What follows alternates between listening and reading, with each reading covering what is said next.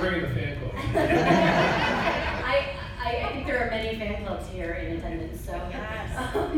I write Gothic gas lamp fantasy, so that is Victorian set fantasy. All of my books deal with ghosts, whether it's my Eterna series, which is sort of Victorian X-Files, my Strange and Beautiful series, which is basically Victorian Ghostbusters going up into the First World War, or my newest Spectral City, which is a girl gang of psychics working for the NYPD in 1899.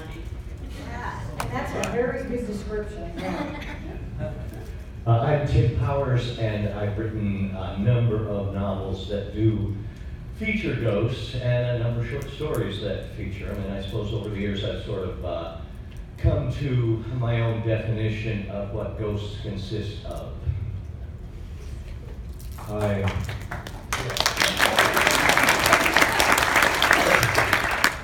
I'm Jim Busher. I'm not entirely certain I'm not a ghost. It is 1 o'clock on Monday, right? Yeah, Monday. I'm the author of the Dresden Files, the Codex Alera, and the Cinder Spires. The Dresden Files features quite a few ghosts and spirits. So.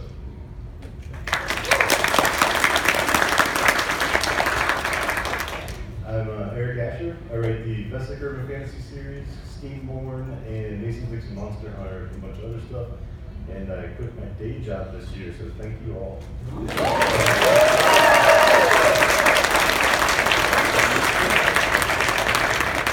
calling a hell of an act. I'm Walter Brown. I write science fiction and historical fiction. I've written 2 novels that feature notalism and elemental spirits. And while I'm not a ghost, I am an active Freemason, so judge me.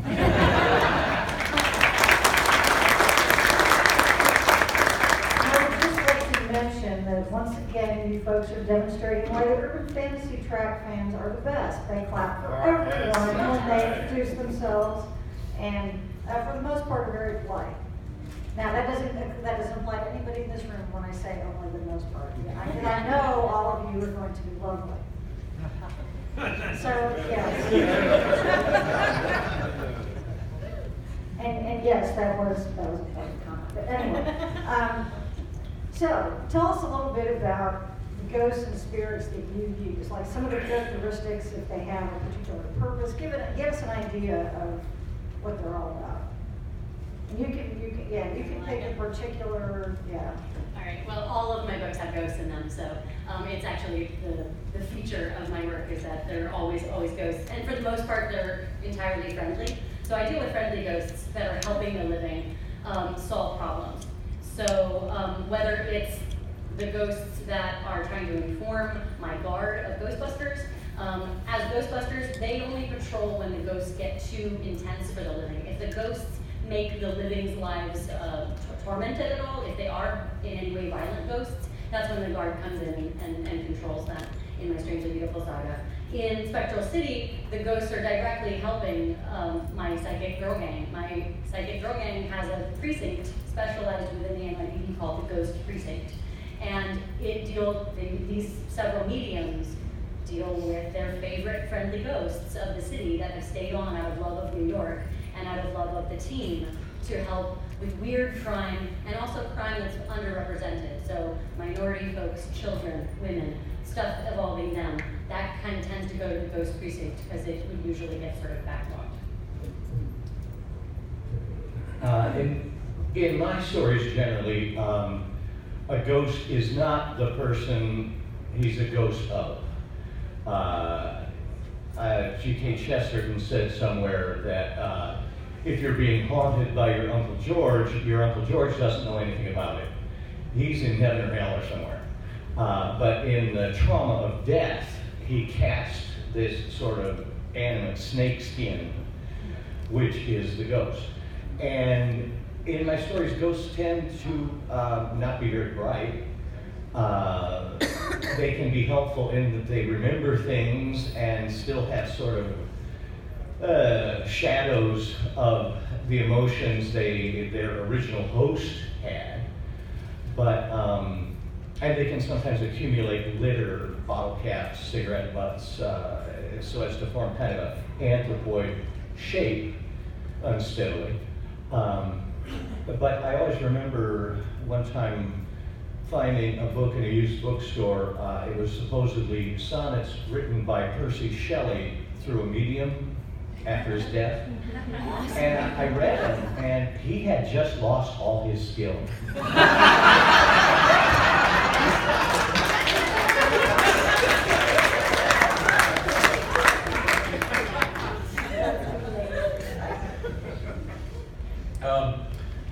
In the Dresden Files, there's lots and lots of spiritual entities, and I won't hit on those because they're not very interesting.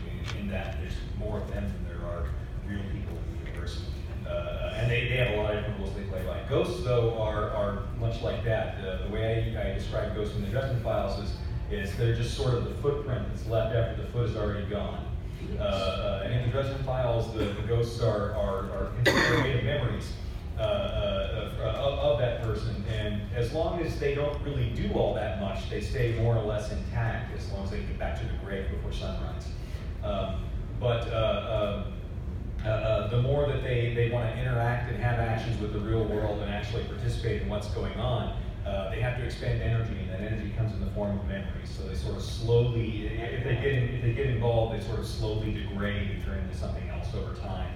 Until what's left is usually just sort of this hollow, upset thing, and that's all that's there. So that's how they work in Dresden Files.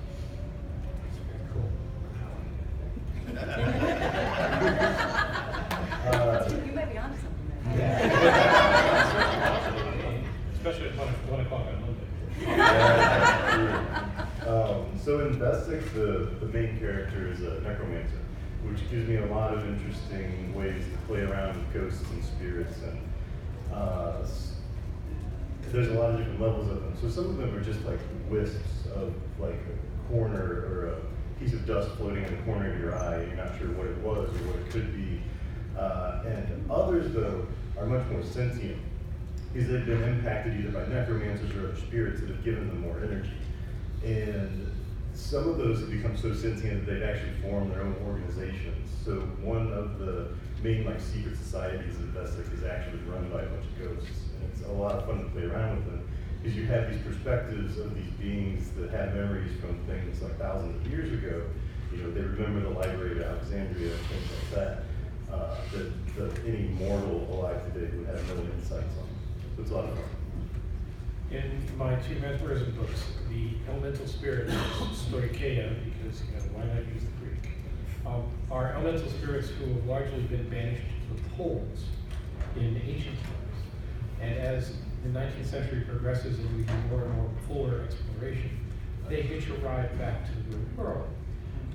They are also available when summoned, and they have various powers which are eloquently described in the books. And their objective is to get regular access to the real world that they can see but can't touch, because they have something called the glass door, which is kept shut. And they have various manifestations. What's the most challenging aspect of using ghosts as, and spirits as either protagonists or some sort of character within a book, even if they're not, a major character per se? What are some of the things you have to do that makes that different, to incorporate them into the story? Just make sure that they're not humans cosplaying as ghosts. Well, I wouldn't say this if I thought of going further, but I've sometimes had to stretch story logic a little, because I want a ghost to convey some fact that the living person was aware of. And though I like to have ghosts be very fragmented and moronic, imbecilic, sometimes I have to have them convey a bit more than that would allow. I try to cover it by interruptions, elliptical statements, but I do, sometimes it's tricky to make ghosts serve the plot function I really need them to serve. As I say, I trust this isn't going any further. Also, I'm going to be ducking out of here a bit early to catch an airplane. It won't be because I'm intimidated by some recent question. He's gonna get up and leave. Well, we'll give him a round of applause when he does that, though, so. I really do try to give the ghosts a distinct sense of being very different. I have a lot of physical attributes. They're very cold, they're always grayscale, they're always transparent, because all of my series have crossover characters, and many of my characters do see ghosts, but not all of them do. I have to make sure I'm very careful about remembering who does and who doesn't see ghosts. And usually that can be an opportunity for humor. And they're very, very cold. They do interact with those who can speak with them, and I do make a delineation of who is a full consciousness spirit and who is not. There are wisps that are just those faded memories, those echoes, but the full consciousness spirits are the ones that have managed to retain enough of themselves to really be interactive with my characters. Those are the ones that my ghost precinct calls upon, because they're more reliable narrators, but ghosts are always unreliable narrators, which is a lot of fun. But the full consciousness spirits are the ones that have the direct tie to the living, and the closer and the more tied they are to my living, the more vibrant they are. But they don't always have control over whether they come, where they come, and how they go. Sometimes they also can be summoned. Sometimes they're drawn to things that the spirit world, as its own separate entity, will push them. They have to kind of go almost like leaves in the wind sometimes, where the breeze moves. So in my Strangely Beautiful finale, Miss Violet the Great War, the trick was, how do I deal with all the dead? And I realized that was actually one of the main plot points of the book, is that the guard is actually, they can't stop the war as much as they try, as much as my forces, my ancient forces try to stop the war, they cannot. And so it is about making room for all the dead to pass. Well, you wanted to stop the war. Certainly the second book, are very much interested in the idea of causing the war. In 1885, what they really want to do is provoke enough mortality that causes enough violence that causes the glass door to open. And the main thing here is to note that if you're going to deal with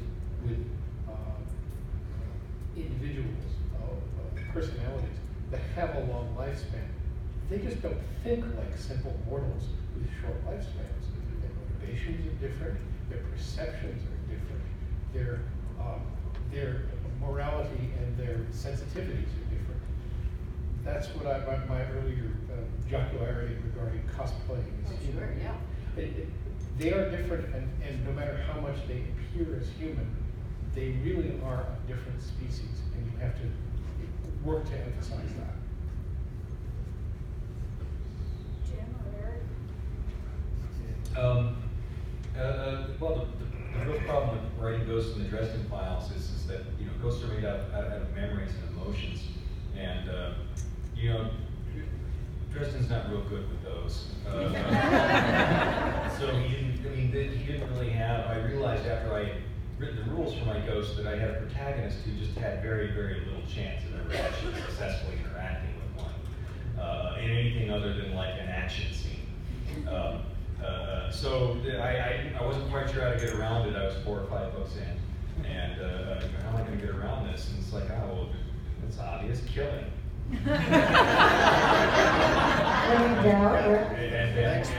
And then having solved his own murder.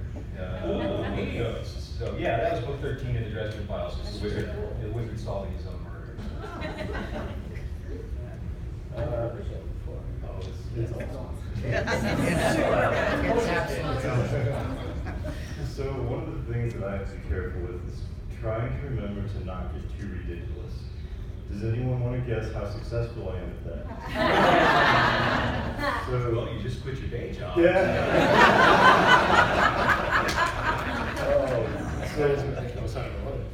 Yeah, we'll see how that turns out. So the necromancer got his abilities when he was a kid. And one of the first things he did was stuff the soul of a dead pirate from the 1600s into a dead parrot. Sounds sketchy. this parrot now has taken over his own pirate ghost ship and actually became like one of my favorite characters to write, and he comes back later in the series and plays a very major role. But it is this talking skeletal parrot. And my Probably has a peg leg. He will now.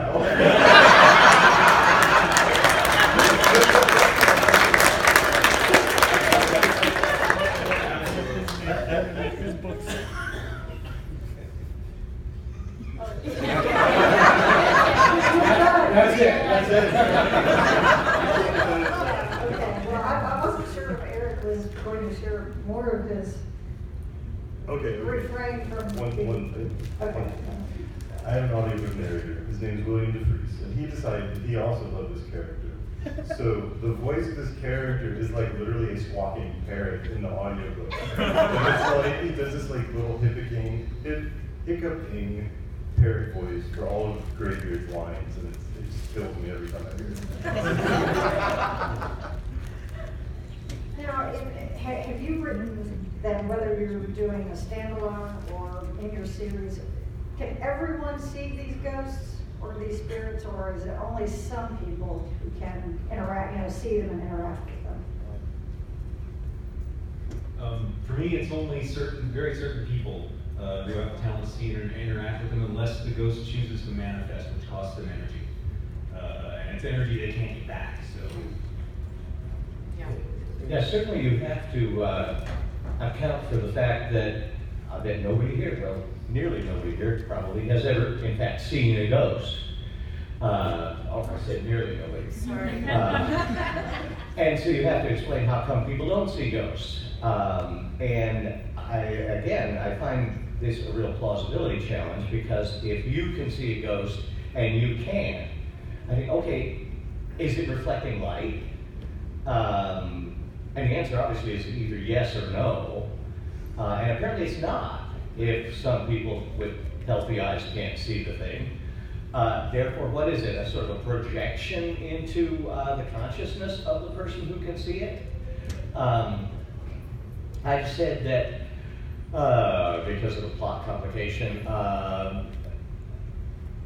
people can see ghosts who have been intimate with someone who died on or near a highway. It has to do with moving charges versus stationary charges. A field is generated. And intimate can mean sexual, but somehow in the book it turns out most often to mean having killed somebody in the field generated by a freeway. Because as one character says, ending somebody's life for him is about as intimate as you can get with him. But it is a challenge that I don't want this to go any further, but I kind of do cover it with noises off stage and hand waving and pointing at a clown on stilts who just burst into the room to distract the reader. Oh, the clown on stilts. I dodge the entire issue by making them always visible, but not always recognizable. When the principal character comes to a meeting in London, he goes to the place where the mentalists all meet, and outside the building there are these idlers, these guys who are just hanging around, hoping that they can do something for you. Is there something we can do for you? What do you want? And they're all psychic. They're all elemental spirits, but only certain people can recognize them as such. To everybody else, they're just plain folks.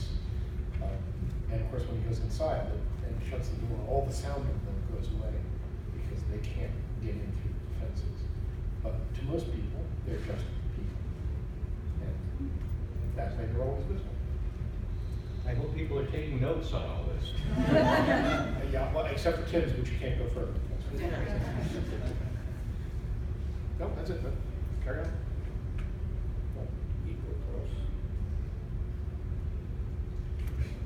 Go ahead. Go ahead. I don't want to out-talk Tim Powers and Jim Butcher, because that would be good.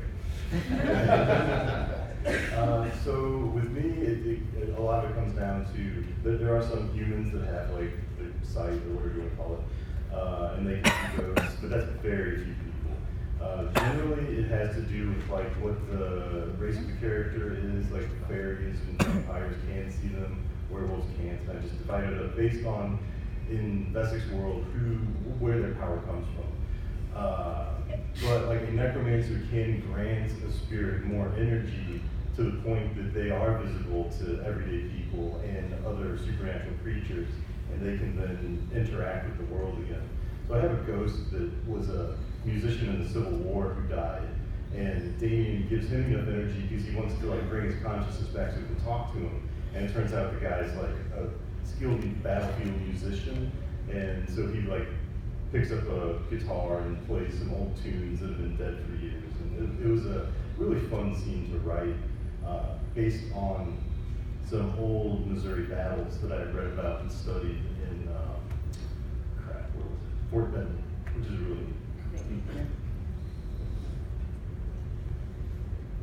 In terms of the who can and can't see ghosts, I really try to approach it much like real life, in that some people do have sensitivities and others don't. But I don't make it like prohibitive that other characters can't sort of develop them if they pay attention and stay tuned to them. I also personally believe that all of us have certain sixth sense capabilities if we want them, if we sort of listen for them. I think that that's available to everyone. I think we all have a sense of instinct. We all have a sense of energy. And so I just kind of make that very real for my world. And then I have people who are just really acute with it. And Eve Whitby is the most talented medium of her age. She has these full-on conversations with ghosts. That's not typical. So, but others around her have varying levels of degrees. And because of that, they also have different skill sets. And so because of that, it makes a good Scooby gang coming together with everybody's different skill sets to save the day. It's also for my ghosts, they have to also, it is always an energy exchange too, because they're not corporeal, they are transparent, and they can't move things. If they do need to have a poltergeist moment, they have to really focus on something that's very visceral from their life. And so they have to be fresh enough and as sort of with it enough as a spirit. So this happens for my younger spirits who died maybe just 20 years ago.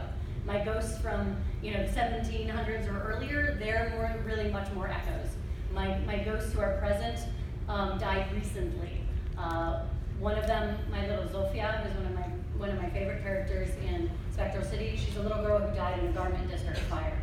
And so she's this little girl who tries to help other little children out of dangerous situations and point them towards an exit if there's a disaster. So she shows up for them. And the only thing that you see that she has any sense of her death is just her gray transparent dress is singed at the hem. And this is a calling out to the disaster, the Triangle Shirt-based factory fire, which wouldn't happen for 14 more years, but I wanted to make reference of it. Don't worry, other fires destroying other factories. Well, I mean, it's one of those things where that is the most epic fire. They were, of course, happening, and so I talk about all of those disasters and tying the ghosts into some of the disasters of New York. It's like that, she was one of so many that perished in the fight for the labor laws, so.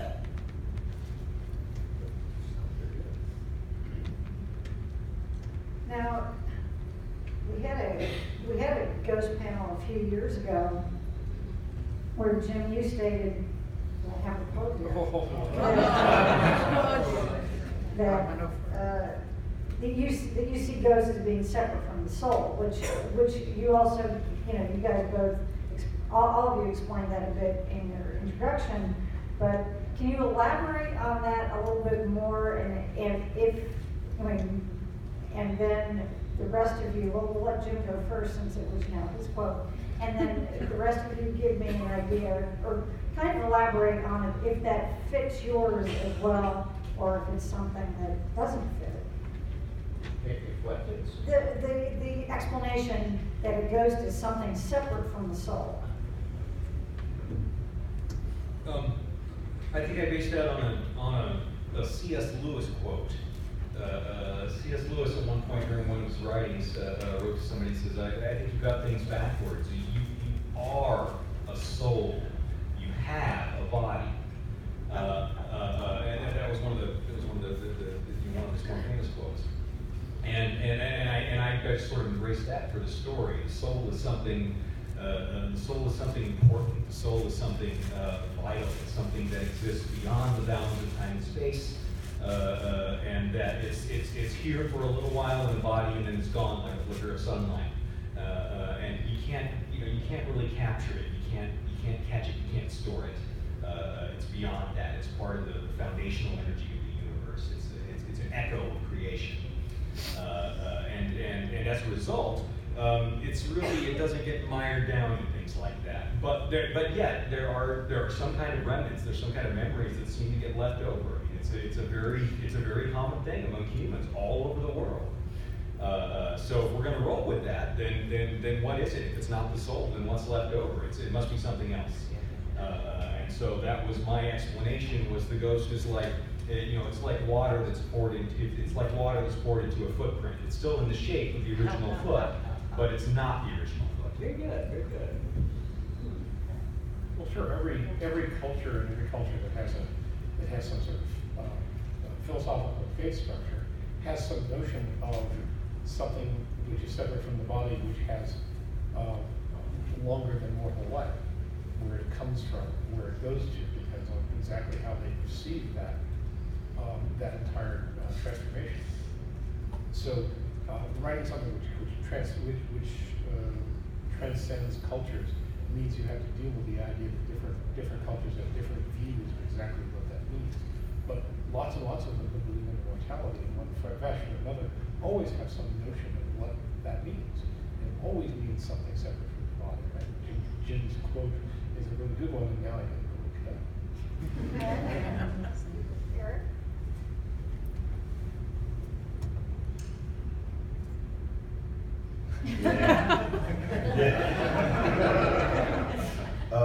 Yeah, so I totally agree. I don't always follow that rule though. Like I have some characters that died in really horrific, traumatic ways, and they're like, it's not that their entire soul stays behind, but like when the necromancer sees their ghost, there might be like a little flicker of golden light that tells him like there's something still there that shouldn't be there. And those are usually the ghosts that are far more sentient than the other wisps of power that are kind of fading away. I think my ghosts are very much tied to souls. I think that they are, because of how much interaction is happening, it really is that it is, especially with the full consciousness spirits, they just don't have a body, but they very much are still, in so many ways, they are very much alive. It's just the properties of their life now are very different, and how they operate are very different. So it is a second life in a lot of ways. And so this is something that Eve has to kind of, she spends so much time in the spirit world talking to the spirits, and her best friend is a ghost. And so she has to remind herself that her sense of time and her corporeality is very different from theirs. But she thinks of them as the representation of that person. It is very much them, just without the carbon unit. It's one of Tim's books, and I've forgotten which one it is, where all the guys are coming looking for Dante. They're looking for the bust that has. They're looking for Dante. They're looking for the bust that has the last breath of Thomas Edison in it. And these inchoate spirits gather junk around them until they become homeless people. Yeah. That was damn clever. Is that earthquake weather, or is that Expiration. expiration date? That's what it is. All right. See, in fact, some of them are vague on Monday at 1 o'clock. Yeah, I said in an earlier panel that I wanted to figure out how, if there was a sort of subculture of people in Los Angeles who were aware of ghosts, but it's definitely a subculture. It doesn't make it into the LA Times. What would be the uses of ghosts? And I said you could trap them with, write down a palindrome, because they get caught reading it back and forth, and they just don't stop. And then you can kind of put them in a capsule with nitrous oxide and snort them, and you get a quick flash of their whole lifetime. It was Thomas Edison's last breath, I think it was. Edison's last breath, and a character in the book inhales it, but Edison's last breath really is in a test tube in Michigan. Apparently Henry Ford was a friend of the family and told Edison's kids, look, your old man's dying. I have an next room. Indulge me. Here's a cork and a test tube. When he breathes his last breath, could you cork it and save it for me? And they go, okay. And, this is true. And I picture them in there, here's where it's. And then. Because who the hell wants the second to last breath? At one point he goes, and they're walking out of the room and he goes, I was gonna say, it's like the longest wait for it, which just points up one advantage of reading a whole lot of nonfiction, such as in this case a biography of Edison. If you read a thorough enough biography of anybody, you don't have to make anything up. No, that's absolutely true. In these two books, so many of the characters are real people. James Esdale's a real person. Lee Davies is a real person. Charles Dickens, you may have heard of him, is a real person. I always hope readers will be more inclined to believe it. Oh, yeah, Edison, I heard of him. Yeah, but I obviously created some characters here, but I was able to deal with real people doing things that, as far as we know, they did not do. But they provided all kinds of wonderful verisimilitude that helps move the story along. And a lot of these people believed in this stuff. And so you don't even have to make that up. Verisimilitude is hard when you're trying to convince readers of like ghosts. Yeah. Yeah, well, that's because they've lost all their talents. I'm afraid I'm running away. All right, everybody is.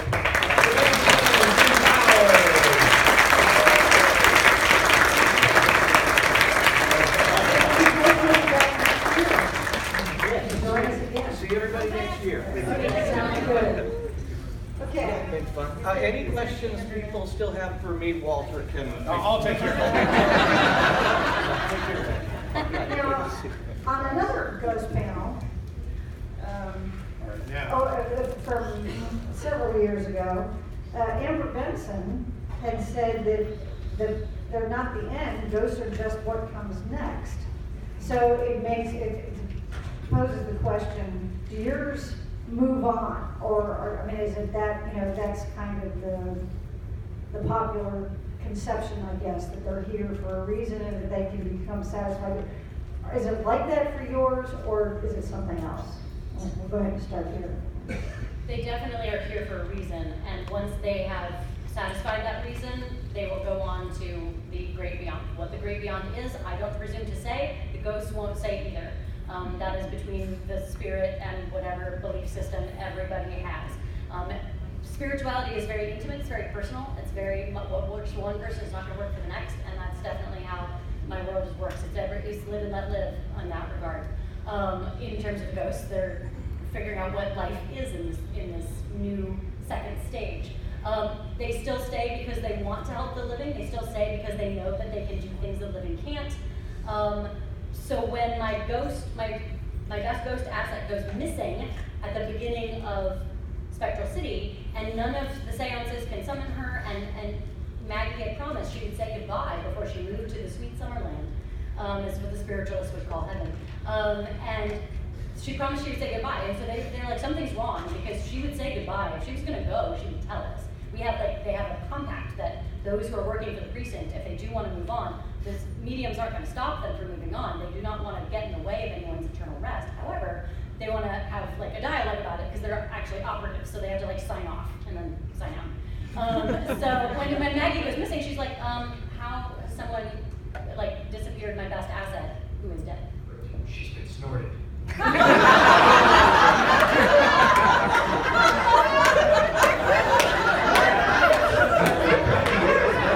Terrifying. It's terrifying. It's terrifying. Very LA. For New York ghosts, especially. That would be.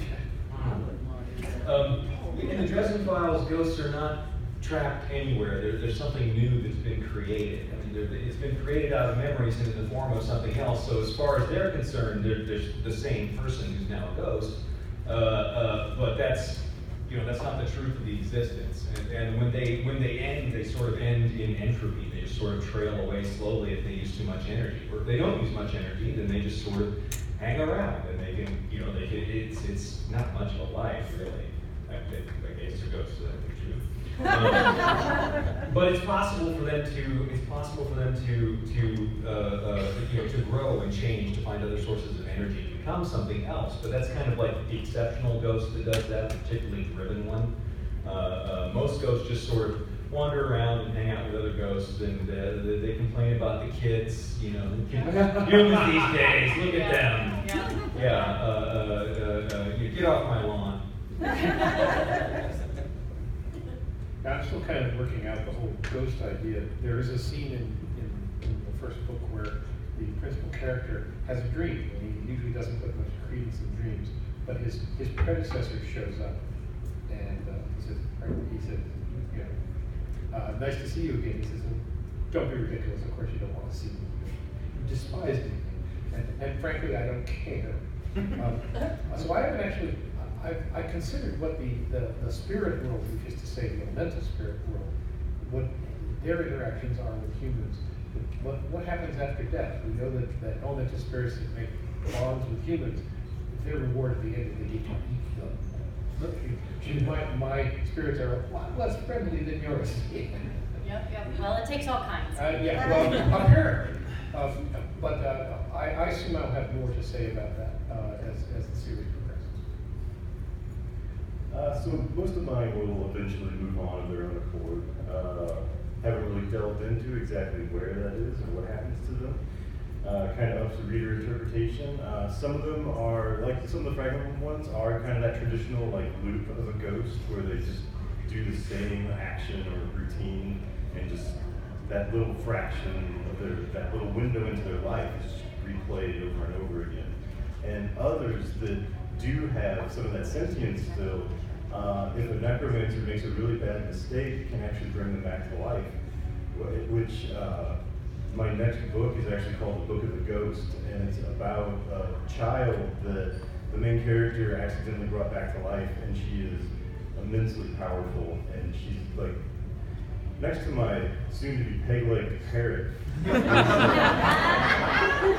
Probably my favorite character to write. Oh, come on, Hieber does that all the time. I should say there's one exception to the whole, I sort of have a holding area for spirits in my Strangely Beautiful series. That's, the layers are a bit more codified there because I'm dealing with Greek mythology in the Spectral City series, loosely dealing with Greek mythology. I layered it as I will. And so the Whisper world is sort of purgatory. So that's sort of a holding area. And from there, where they go is anybody's guess. But the Whisper world is this codified spirit place that is sort of a weeping, wailing, gnashing of teeth kind of purgatorial place. And from there, things happen for better, for worse, from that spot. Look at his pictures. Okay. This is going to be my last question, so if you would like to ask a question of the panel, you can start lining up on the other side of this big post here on the side. But what I want to know is if you guys were inspired at all by, or got any of your ideas from folklore. Oh yeah, of course. Yes, absolutely. Yeah, it's learned that one of the ways in which you get rid of stoicheia is you use the powers in the Hieber Book of the Dead. So we have a bunch of Scottish Presbyterian ministers who hand copy the Egyptian book of the Hieber Book of the Dead, and they pass it on from place to place. Or they use tablets written by the Vikings using a code which uses the Southern Stars from the Brisbane Star Catalog to dismiss stoicheia. So yeah, I draw on all kinds of ridiculous cultures to impart from that versatility. I definitely use the diversity of my cast and their different belief systems to kind of show different ways of dealing with and working with spiritual outcomes.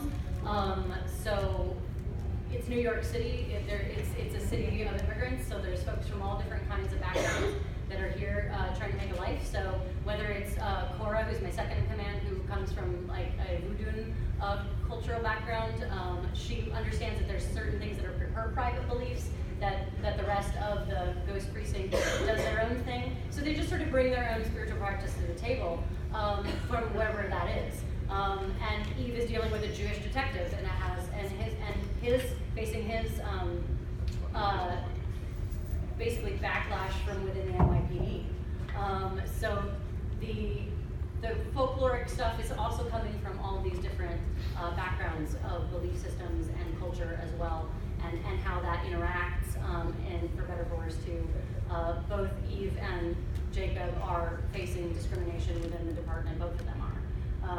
So in terms of the mythological, definitely Greek mythology playing into Strange and Beautiful, and all kinds of different talismanic practices, and various talismans, flower magic, ley lines, all of that stuff, all of that factors into my Eternal series. So yeah, anything that's useful, I'll take it. Yeah, that's a good watch. Okay, let's go to the first one. So when you're dealing with spirits, ghosts, and things that are incorporeal or exist on a separate plane, it can be difficult to create a sense of risk for those characters, whether they're characters or tools that you're using for plot device to move the story along. How do you generate that sense of risk that your readers can perceive so that they actually care about the spirit or ghost in the story?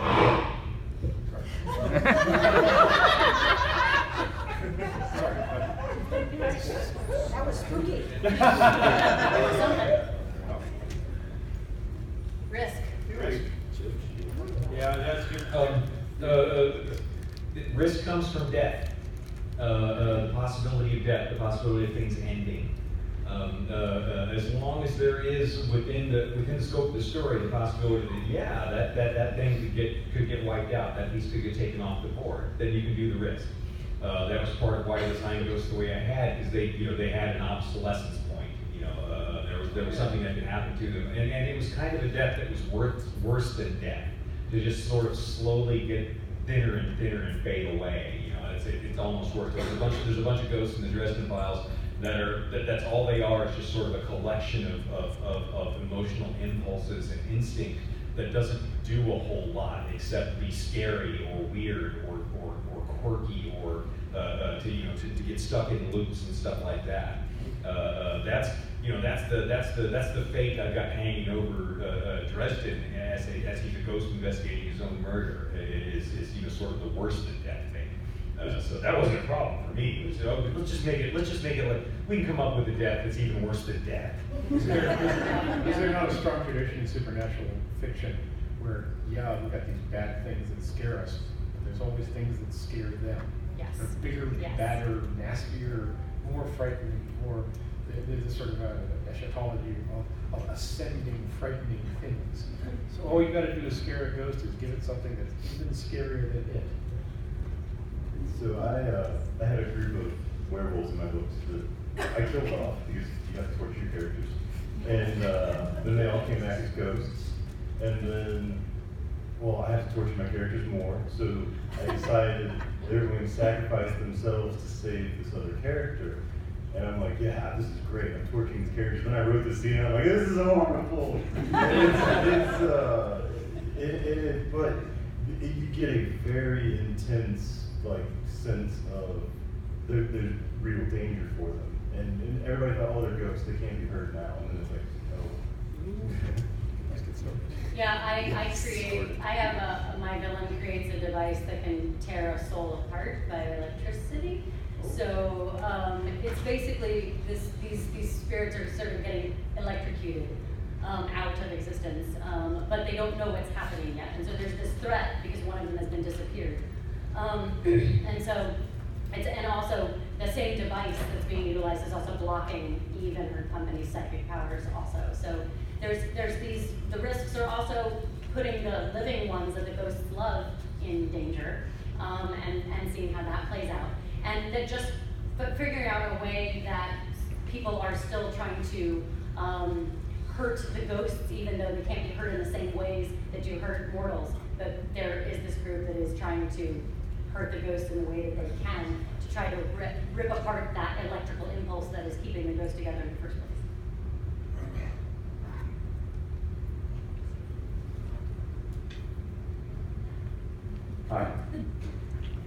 Hi.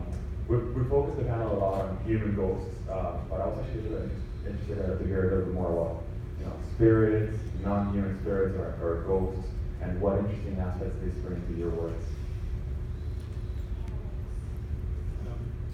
Sorry, would you clarify what you're asking? We've talked a lot about human ghosts. I want to hear a little bit more about, maybe spirits that are not human. You mean like elemental spirits, that kind of thing? Something like that, yeah. Okay. There's all this kind of Using different that. fantastic.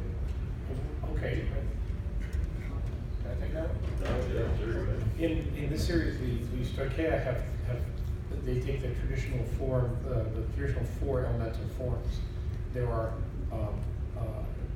chthonic spirits, which are spirits of the earth, and they appear the most human because they're the most grounded. Then there are these photic spirits. We meet a bunch of them who are out in the desert in Egypt, and the biggest one is the scariest one. And the photic spirits are they can be made to appear human, but they have very, very little in terms of long-term personality. They're very flighty. The Nereic spirits, one manifests toward the end of the book as a hurricane, and it has no personality whatsoever. And the Nereic spirit is a spirit of water, and it's this big storm, which is seen by everybody on the steamship as a big storm. But the sensitives can see it as a Nereic spirit. This is, of course, somewhat cliche, but nonetheless, that's the way I took it. And the earth spirits are the ones that can manifest most easily as humans and pass most easily as humans. But the further away you get from that, the more wild and crazy they become, the implications that they're like. It's never cliche, man. It's archetypal. Thank you for that venture into personality. Thank you. Yes. So y'all remember when I was talking about how I try not to get too ridiculous earlier? That's over? Yeah. I have a ghost panda in my books. He does. He does. His name is Happy, and it's actually based on a panda bear that lived at the St. Louis Zoo, which is where my character's based. And it's a blast, because it turns out that Happy's actually was once human, and that happened to be the ghost form that he took on because it was something he loved in life. And it was a really fun twist to write. So I guess that is technically still a human ghost, but you don't find that out for several books. So he behaves like a panda bear throughout several books, and he has the defensive instincts of a panda bear, and intervenes on other characters' behalf and stuff. And it's a blast. He became a spirit animal. That's amazing. Yeah. That's incredible. I use the muses of antiquity, so I change I change their sort of Greek titles, but I use the muses as powers that power my guard.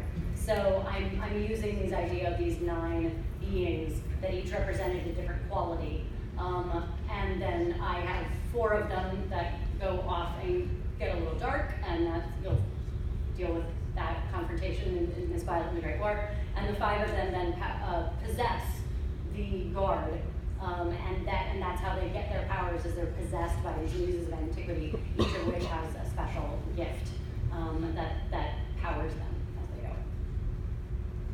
Thank you. I was wondering what personal experiences or maybe memories or thoughts have informed or inspired your own writing style? Watching The Frighteners a lot kind of inspired me a bit. I really loved, the thing I loved most about The Frighteners was the scenes where there were conflicts going on dual levels. Where Michael J. Fox's character was running around as a ghost while he was technically dead. And then, who was was, I forget who was his co-star in that one. I think it was Andy, what's her name? You know, while she was running around being threatened and chased, and so there were simultaneously, there were physical, and then there was the FBI agent who was running around doing stuff. So there were simultaneously physical parallel conflicts. There was a physical conflict going on and a spiritual conflict going on at the same time, and yet they were also out of reach of one another. They were sort of disconnected. And you know, based on who won one of them, it was going to determine the other one as well. And just sort of that notion of that mirror image duality, I thought was something that was very, very cool and very fun to work with. I chalk it up to a past life because I honestly cannot explain to you why I am so drawn to this era and have been ever since I was 7 years old. And I looked at a Victorian house and I said I want to go home, and it was not my home. And it was things would kind of occur to me, and I was reading Victorian set fiction at a very, very early age, and it felt like home. The vernacular felt like home. The sentence structure, the clothing has always felt like home. I mean, this is essentially basically how I dress in real life, and I just needed a career that would justify this.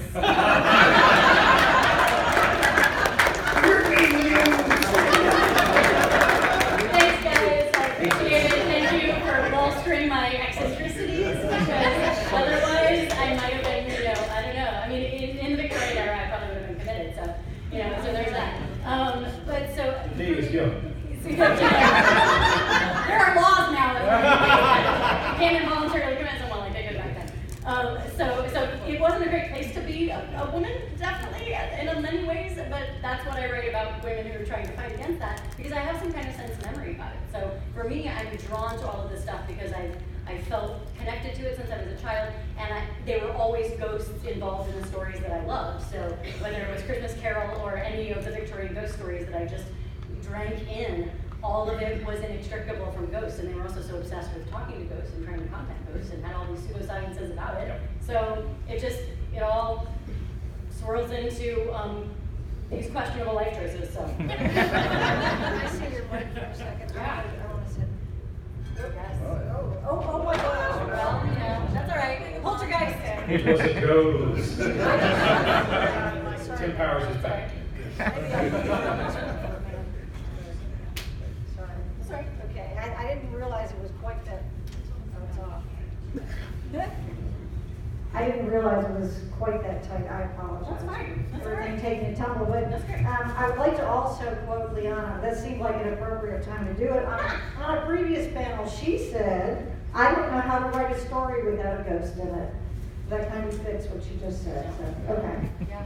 Yeah, I'm a historian by training and a librarian by profession. And it turns out that you don't have to make as much stuff up as you pointed out. If you are a student of history, particularly interesting in background history, you can find amazing stuff that you don't even have to invent. As Tim was pointing out. Yes. Yeah. So Yes. when I started reading about some of the things that are in these books, I said, "Oh, this fits with that, and then this fits with that, and okay, I got this." Oh yeah. And it all kind of fell into place. So it's being a student of history and trying to make that not boring, which is a challenge. Yeah. That's my background is historian and a librarian. And I'm also a New York City tour guide, so I walk the walks that my characters walk, and specifically I'm a ghost tour guide because, again, I'm on brand. Yeah. History's great because life is always weirder than fiction. Because Yep. fiction has to make sense. All true. We have one more question, so we'll go ahead and do that before we go. Hey, playing off with Eric's comment about not making things too overpowered, what are some of the challenges you face with your spirits or ghosts in making them not too strong or too weak, but still able to accomplish what you need them to perform? You want to fill that one? I can't be ridiculous, Eric. Oh, you literally were just saved by the bell there. Yeah. A ghost is Poltergeist, all- yeah. Yeah. It was on silent. It was an alarm I forgot to turn on. I think it kind of depends on the story and where you're going with it and what you're trying to accomplish. And sometimes it can actually be really fun to put all your characters up against an enemy that's incredibly overpowered. Because then they can't entirely rely on their skills. They have to figure out a way to get around all of their shortcomings or to find a weakness in whatever they're facing. So in the 5th book of my series, they face a demon called the Destroyer. And it turns out that she's actually bound herself to this ghost who is a friend of theirs. And they have no chance in hell of beating her. I mean, she is incredibly overpowered. So they have to basically dig into their own world of research with the Fae and whatnot. So it causes them to forge an alliance with forces that they wouldn't normally have been allied with. So you can use different dynamics and different character interactions to kind of either guide them around what their shortcomings are, or to find a weakness in their enemy, or to not be strong enough and they don't survive it. Like that happens too. But yeah, that was kind of dark. Yeah.